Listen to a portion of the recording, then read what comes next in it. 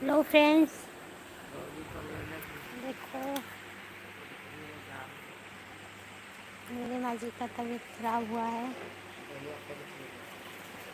उनको पानी चढ़ रहा है। देखो घर पे आप लोग कैसे हैं फ्रेंड्स?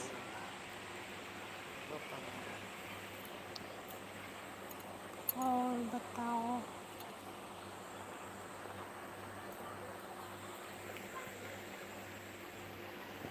हमारे घर पे देखो मेरे माँ जी का तबीयत खराब है, पानी चढ़ रहा है उनको। और देखो यही मेरा घर है, देख लीजिए आप लोग।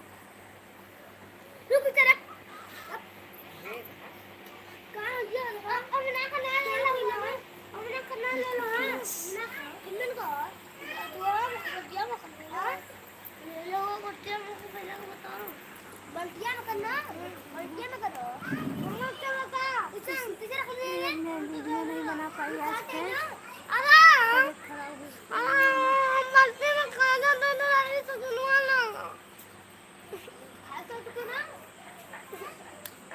चलो कैसे रख रहे हैं, इसमें खाली नहीं है क्योंकि पानी चढ़ रहा है मेरे अम्मा के ऊपर।